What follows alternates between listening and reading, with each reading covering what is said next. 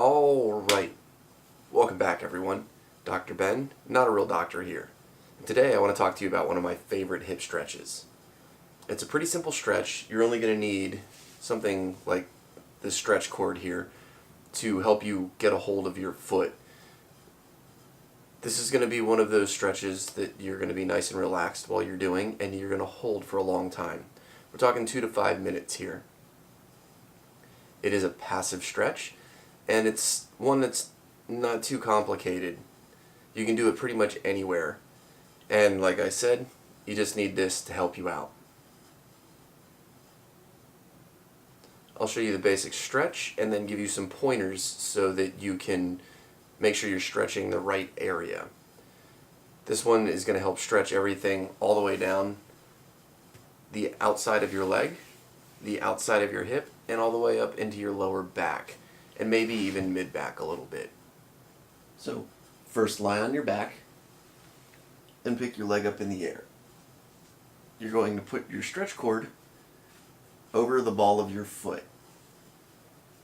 Now we're stretching the outside of the hip, so you're going to bring your leg across your body. Now when you bring your leg across, you don't want to let your hips roll over and your ribs come up off the ground. Remember, we're stretching our hip here, so you want to just bring your leg across, and if your hip comes off the ground, that's okay, but the ribs should stay down. To increase the stretch, once I get far enough over, I'll actually switch hands, so that way I can actually rotate in the opposite direction to get a better rotation across the hips and midsection. This hand I'll lay out to the side to act as an extra balance point and a counterweight to my leg coming out to the side. With this arm, you can push your elbow down into the ground to help balance, since your leg's pretty far over if you have much flexibility.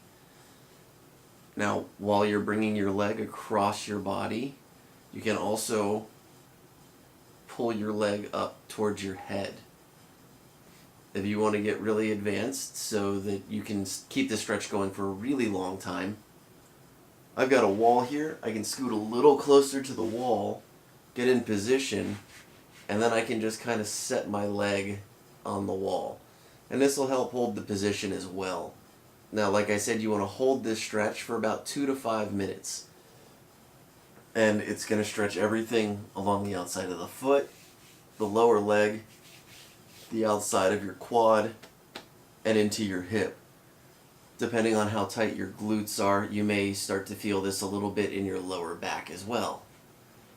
The trick is, do not really force the stretch. Find a position where you feel a light stretch, and then just hold that position for a long time. Over time, doing this regularly, you will open up your hips and increase the range of motion in your hips significantly.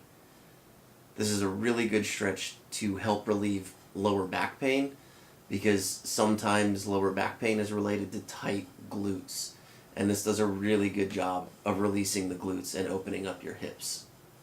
And there you go. A really simple hip stretch using minimal equipment to open up your hips, improve your range of motion, help eliminate some lower back pain, and open up your gait when you're walking so that you can extend your hip better behind you.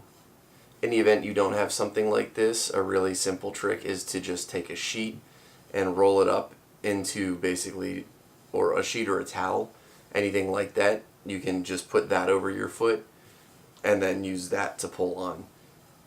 These are really cheap. I wish I could tell you where to buy one of these. I've had this almost 20 years now. I think I paid $15-20 for it when I used to swim forever ago. So if you spend a little bit of money and get something that's pretty durable, they'll last a really long time, and there's no reason that you have to replace it all the time. There you go. If you liked the video, smash that thumbs up button, share with your friends, and if you haven't already subscribed, please subscribe. Till next time, keep your life in motion.